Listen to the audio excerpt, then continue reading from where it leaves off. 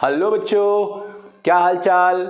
हम लोग magnetic effect of current पढ़ रहे हैं और उस मैग्नेटिक इफेक्ट ऑफ करंट में हमने लास्ट जो लेक्चर पढ़ा था, लास्ट जो अपनी लाइव क्लास हुई थी, उसमें हमने सीखा था कि किसी भी करंट कैरिंग कंडक्टर को अगर हम मैग्नेटिक फील्ड में रख देंगे, करंट कैरिंग कंडक्टर को अगर हम मैग्नेटिक फील्ड में रख लेंगे तो उस मैग्नेटिक फील्ड की वजह से उस करंट कैरिंग कंडक्टर पर फोर्स अप्लाई होता है और वो जो फोर्स होता है that force is F is equal to BIL। हमने उसके बारे में चर्चा की थी।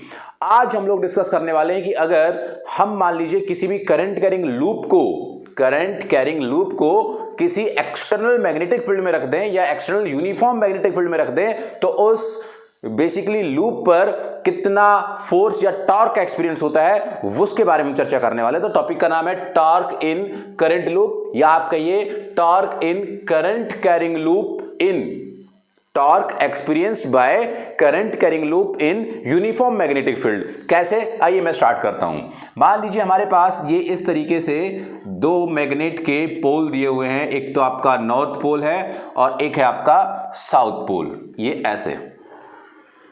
ऑलराइट, ये आपका एक नॉर्थ पोल और एक आपका साउथ पोल। इसके बीच में एक कोई कॉइल रखी हुई है, वो इस तरह से रखी हुई है, ये ऐसे, ये एक कॉइल उसके अंदर रखी हुई है और इस तरीके से वो कॉइल इन दोनों मैग्नेट के पोल के बीच में रखी हुई है और उसको हमने कहीं से बाहर से करंट की सप्लाई दे रखी है ऐसे। ठीक है भाई, यहां से करंट फ्लो होता है I और वो करंट, इसमें I करंट फ्लो होते हुए वो पूरा करंट ऐसे होते हुए यहां पर बाहर आ जाता है। अब इस करंट कैरिंग कॉइल ने इस मैग्नेटिक फील्ड में कितना फोर्स या टॉर्क एक्सपीरियंस किया होगा, ये अपना टॉपिक है बच्चों। मैग्नेटिक फील्ड लाइन कहां से कहां बनी होंगी, नॉर्थ टू साउथ। ये मैग्नेटिक फील्ड लाइन बनी होंगी नॉर्थ टू साउथ। अगर north to south magnetic field line बनी हुई है और ये आपके कंडक्टर्स हैं, तो बताइए इन कंडक्टर्स पर कितना फोर्स लगेगा और उस फोर्स की डायरेक्शन क्या होगी। जैसे मान लीजिए मैं इसका नाम रख लेता हूं P Q R S, right. ये देखो इस तरह का कुछ लूप है, ये ऐसा नहीं, जिससे करंट जा रहा है और ये अपना पॉइंट P है, ये Q है, वो R है और ये S है। अब तब मैंने इसको मैग्नेटिक फील्ड में रखा, ये एक मैग्नेटिक फील्ड है, किस डायरेक्शन में, उस डायरेक्शन में। कौन सा हैंड यूज करना है हमें, ये आपके दिमाग में आनी चाहिए। सीधी सीधी बात है कि भाई हम कौन सा हैंड यूज करें कि इसके अंदर जो फोर्स हम निकालना चाहते हैं वो फोर्स हम कैलकुलेट कर लें। ये वाला लेफ्ट हैंड रूल, क्लियर है ना भाई। लेफ्ट हैंड रूल हमें बताता है क्या, कि ये वाली जो उंगली ये आपको मैग्नेटिक फील्ड के बारे में बात बताती है, ये वाली उंगली आपको इलेक्ट्रिक करंट की डायरेक्शन बताती है और ये वाली फोर्स के बारे में चर्चा करती है, राइट। तो ये हमें लेफ्ट हैंड रूल से इस पर लगने वाले फोर्स की कैलकुलेशन हम लोग कर सकते हैं। देखिए कैसे, मान लीजिए ये ऐसे रखा हुआ है, राइट। ये ऐसे रखा है तो क्या हुआ, इस पर करंट की तरफ फ्लो रहा है ऊपर की तरफ, मैग्नेटिक फील्ड कहां है, उस तरफ, मैग्नेटिक फील्ड उस तरफ, करंट ऊपर की तरफ, तो यहां पर फोर्स किधर आएगा, अंदर की तरफ। फोर्स कहां पर आएगा, इसमें अंदर की तरफ फोर्स आएगा, ऐसा अंदर की तरफ, राइट। कैसे, क्या मैं यहां पर लिख देता हूं, force experienced by the coil, या मैं कहता हूं इसकी लेंथ L है और इसकी विड्थ W है, राइट। जो ये कॉइल हमने ले रखी है, तो यहां पे लिखा force on PQ, force on PQ पर कितना फोर्स लगेगा, तो फोर्स लगेगा BIL। B करंट कितना फ्लो हुआ आपका I और लेंथ कितनी है आपकी L, ऑलराइट। इसकी डायरेक्शन कैसी, तो ये अंदर की तरफ है, राइट। ये कैसी है, अंदर की तरफ है, तो मैंने यहां पे लिख दिया इनसाइड। भाई बोर्ड में अंदर की तरफ जा रहा है, भाई ऐसा होगा तो इसमें ये ऐसे मैग्नेटिक फील्ड करंट तो अंदर की तरफ ही रहेंगे, तो हमने इसको क्या लिखा कि इनसाइड लगा इसे फोर्स। अच्छा, अब हम पहुंचे QR पर, तो फोर्स ऑन QR निकालना चाहें तो क्या, QR पे फोर्स निकालेंगे तो क्या आएगा, BW, क्योंकि ये लेंथ कितनी है W, तो यहां पे हम लिखेंगे BW width, length W for width. Force की डायरेक्शन निकाले तो कैसे, मैग्नेटिक फील्ड इधर, इसमें ये ऐसे एक एंगल बना रखा होगा इसने, तो मैग्नेटिक फील्ड इधर और उसका हम कंपोनेंट लेंगे, तो कंपोनेंट लेने से करंट की डायरेक्शन क्या, तो करंट की डायरेक्शन ऐसे इस तरफ, तो फोर्स कहां पे आएगा, ये ऐसे, इसका एक करंट का मैग्नीट्यूड, तो यहां पे नीचे की तरफ आया force, right. Magnetic field current और नीचे की तरफ क्या आया, फोर्स इसमें डाउनवर्ड एक्ट होता है, ठीक है। तो यहां पे मैंने लिख दिया इसको डाउनवर्ड। बच्चे हमने ना इसका ये जो एंगल बन रहा था, ये देखो मैग्नेटिक फील्ड बेसिकली ऐसे रहा होगा, तो एक एंगल बनाया होगा मैग्नेटिक फील्ड और इसके बीच, ये जो अपनी विड्थ है इस विड्थ के बीच, तो उसका हमें कंपोनेंट लेना पड़ेगा जो इसके 90 डिग्री पर हो मैग्नेटिक फील्ड के। खैर ये कैंसिल भी हो जाना है, वैसे इसका ज्यादा रोल है नहीं, चलेगा। अब हम निकाल लेते हैं force on what, R S.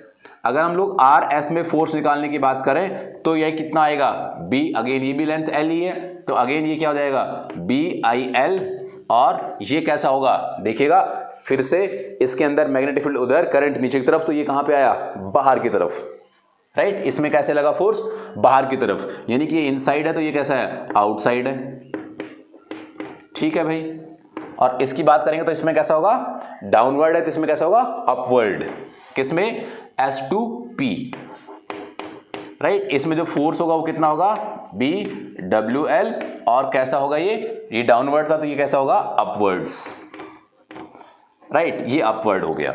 अब यहां पर देखिएगा ये जो दोनों कॉइल हैं इसके अंदर तो एक बिल्कुल आमने सामने, नीचे खींचेगा इसको, ये ऊपर खींचेगा इसको, तो क्या होगा, कैंसिल आउट हो जाएंगे, यानी कि ये वाले जो फोर्सेज हैं ये एक दूसरे को कैंसिल कर लेंगे। लेकिन ये वाला फोर्स है उसको कैसे लेके जाएगा, ये वाला फोर्स इसको ऐसे अंदर की तरफ खींचेगा, सीख रहा है इसको, फील करना कॉन्सेप्ट को, ये वाला इसको ऐसे अंदर तरफ खींचेगा और ये इसको बाहर तरफ धकेलेगा, तो ये क्या हो जाएगा, ऐसे रोटेट हो जाएगा। तो क्या अप्लाई हो गया यहाँ पे, torque.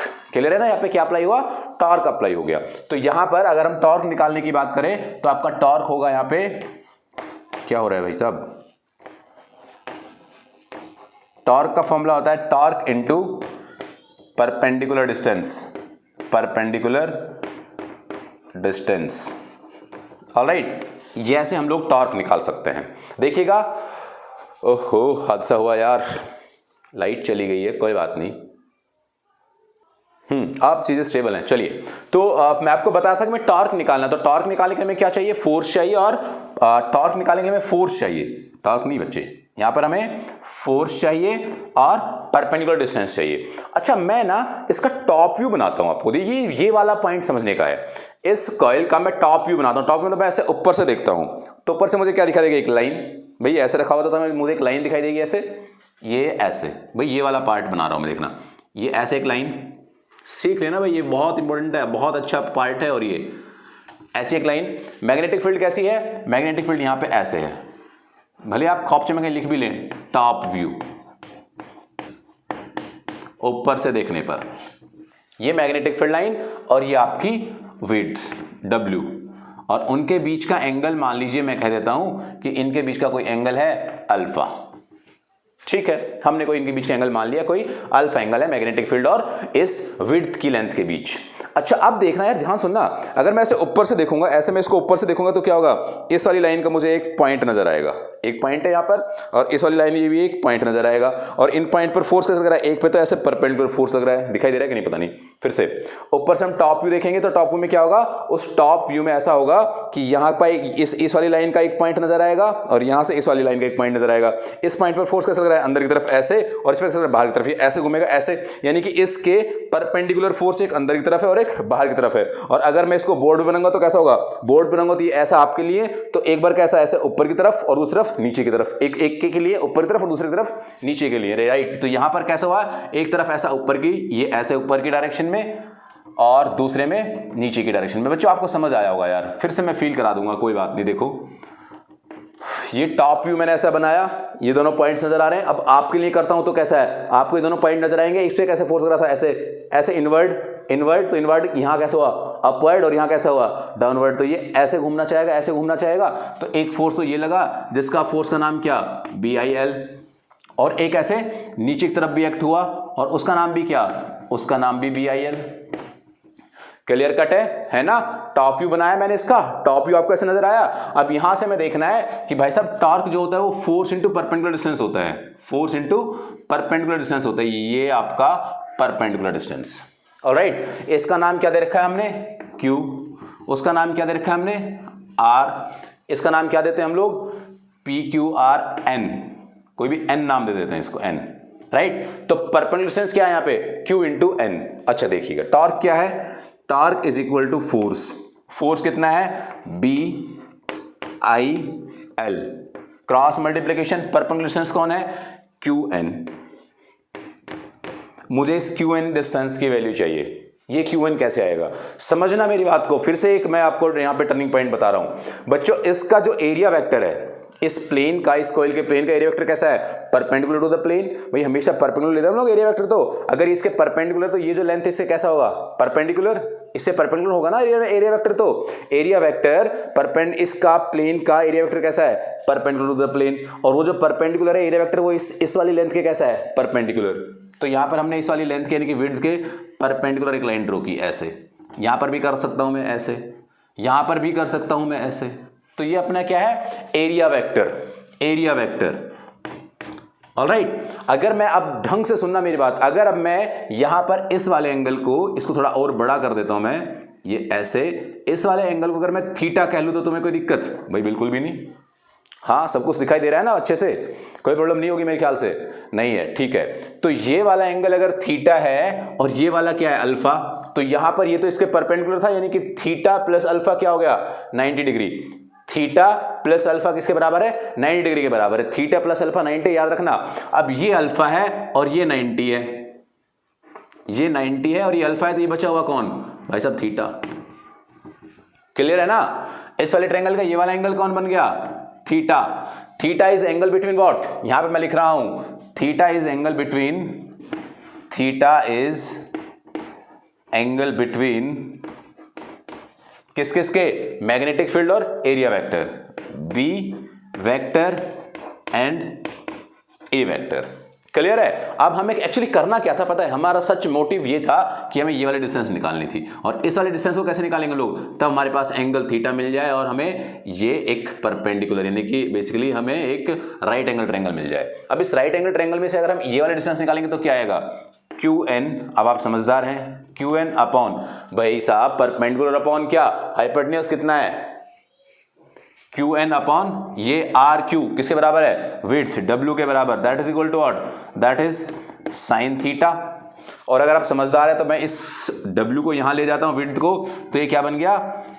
QN is equal to W sine theta. कोई परेशानी वाली बात नहीं है, जस्ट आप यहां पे QN की वैल्यू पुट कर देंगे। देखिए मैं यहां पे पुट कर रहा हूं वैल्यू, चीजें दिखाई दे रही होंगी आपको। क्या है यहाँ पे? ये BIL QN को। भाई साहब अगर आपको चीजें थोड़ी बहुत भी ऐसा है कि क्लियर नहीं हो रही तो आप वीडियो फिर से स्टार्ट करना, फिर से बैक जाना, फिर सुनना, फिर से बैक जाना, फिर सुनना। मैंने हर एक बात को बोला है, बड़े ढंग से बोला है और विजुअलाइज करके बोला है, बहुत मुश्किल नहीं है यार काम। तो यहां पर मैं QN की वैल्यू क्या लिखता हूं? यहाँ पे W साइन थीटा, और हर एक चीज में लिखते हुए चल रहा हूं। Theta is what? Theta is the angle between B and A। यहां से हमने देखा कि ये लेंथ है और ये क्या है? विड्थ। तो लेंथ इनटू विड्थ क्या आ जाएगा आपके पास? एरिया। तो मैं इसको क्या लिख सकता हूं? मैं इसको लिख सकता हूं torque is equal to, torque is equal to what? BIA sine theta. ठीक है भाई साहब, कोई दिक्कत नहीं, राइट? अगर n नंबर ऑफ टर्न्स हो, तो अगर ये वाली कॉइल में ये एक कॉइल, ये एक कॉइल, फिर उसके बाद दूसरी, फिर तीसरी, फिर चौथी, ऐसे बहुत सारी कॉइल हो, तो क्या? n number of turns, 4n number of turns. अगर हम इसकी बात करेंगे तो यहां पे इससे क्या मल्टीप्लाई हो जाएगा भाई? एक के लिए ये, तो n के लिए कितना? n into this. तो टॉर्क का फॉर्मूला बन गया आपके पास, टॉर्क इज इक्वल टू बनिया BNIA।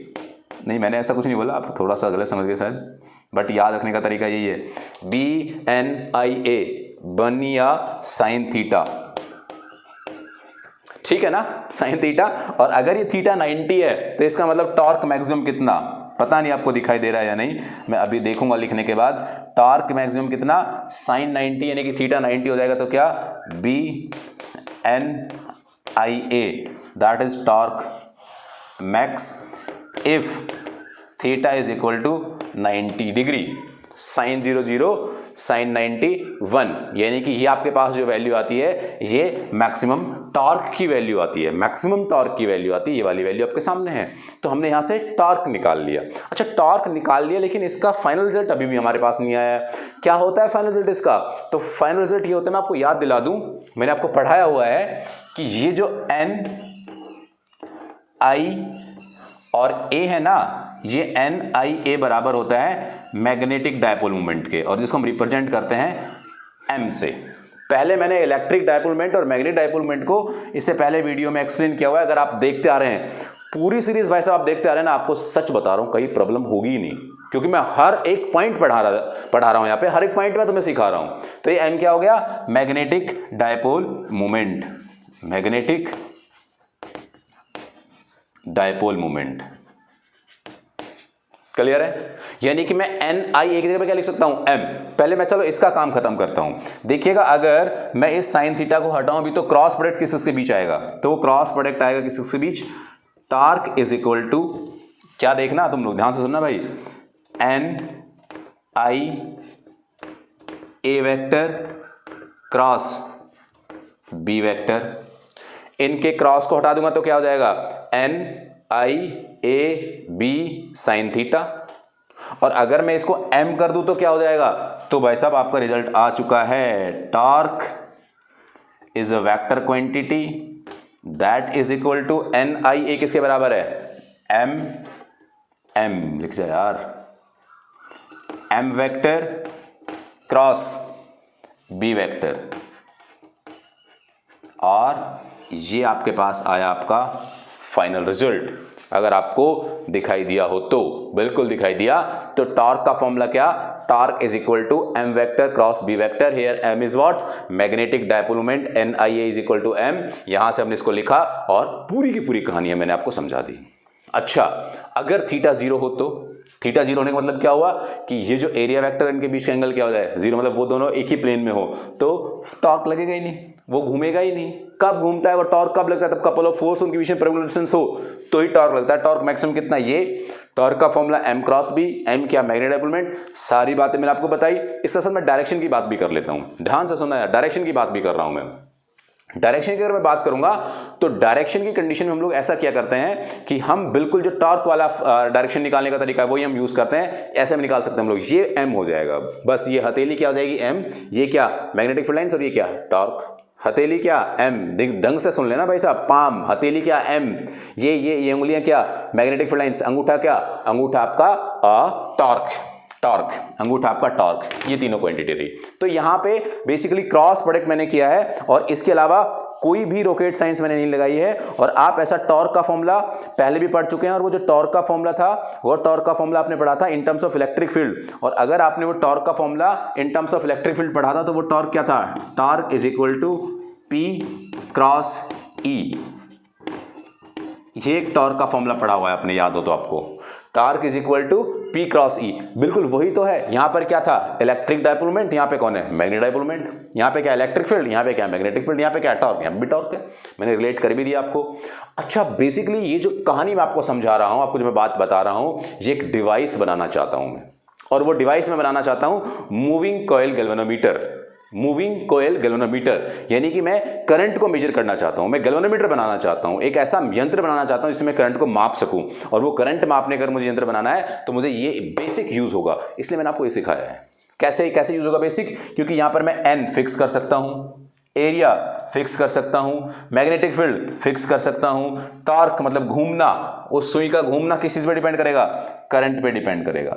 और करंट पे कैसे डिपेंड करेगा वो, ये हमारे लिए सीखना बहुत इंपॉर्टेंट है। बहुत ज्यादा इंपॉर्टेंट टॉपिक गैल्वेनोमीटर हम लोग पढ़ेंगे, उसका बहुत ज्यादा इंपॉर्टेंट टॉपिक ये बेस था। अगर ये आपने सीखा तो, अगर आपको ये समझ आ रही है प्लीज आप लोग नोट डाउन करते रहें, सारी बातें लिखते रहें। मैं 7:30 लाइव आया करता हूं, आपको कोई इश्यूज हो तो आप मुझे कमेंट कर दें। 7:30 लाइव किसी दिन नहीं भी आऊंगा तो मैं वीडियो अपलोड करूंगा, क्योंकि मेरे यहाँ पे अगर इंटरनेट इशू हुई तो हो सकता है मैं नहीं आऊं, लेकिन मेरे चांसेस होते हैं कि मैं आऊं, मैं आपको 100% चीजें प्रोवाइड करूं, ताकि फ्यूचर में आपको ऐसा फील ना हो, आपको ऐसा कतई भी फील ना हो कि हम लोगों की स्टडी नहीं हो पाई इस लॉकडाउन या इस कोविड-19 की वजह से। बिल्कुल भी नहीं रुकेंगे हम लोग, रुकने वाले हैं ही नहीं, अचीव करके रहेंगे, पढ़ के रहेंगे, हर एक टॉपिक सीख के रहेंगे। अगर आप लोग सच में हर चीज फॉलो कर रहे हैं तो डरने वाली बात ही नहीं है। बस पेन कॉपी उठा के चीजें लिखते रहें, सारी चीजें समझते रहें। मैंने इससे पहले सारी वीडियोस अपलोड की हुई हैं। आपको कोई टॉपिक नहीं भी अगर मिल रहा है ना, आप मुझे मैसेज करिए, आपको ढूंढ के दूंगा वो टॉपिक। नहीं अपलोड किया हो तो मैं अपलोड करूंगा भाई साहब, लेकिन आप एक बारी जाके इससे पहले का कोर्स इलेक्ट्रोस्टैटिक्स से स्टार्ट किया हुआ है, एक बार व्यू तो करें, एक बार देखें तो सही। जरूर आप प्लीज सारे के सारे वीडियो लेक्चर्स देखें, सारी चीजें समझें। मैं आपके सामने हाजिर हूं, आप मुझे कभी भी कॉन्टेक्ट करिए, मैं आपकी हेल्प करूंगा। चलिए मिलते हैं 7:30 मॉर्निंग में लाइव, और इसके अलावा रिकॉर्डेड लेक्चर में आपको प्रोवाइड कर रहा हूं, एवरीथिंग सब चीजें मैं प्रोवाइड कर रहा हूं। हम लोग नेक्स्ट में गैल्वेनोमीटर सीखने वाले हैं। Thank you very much.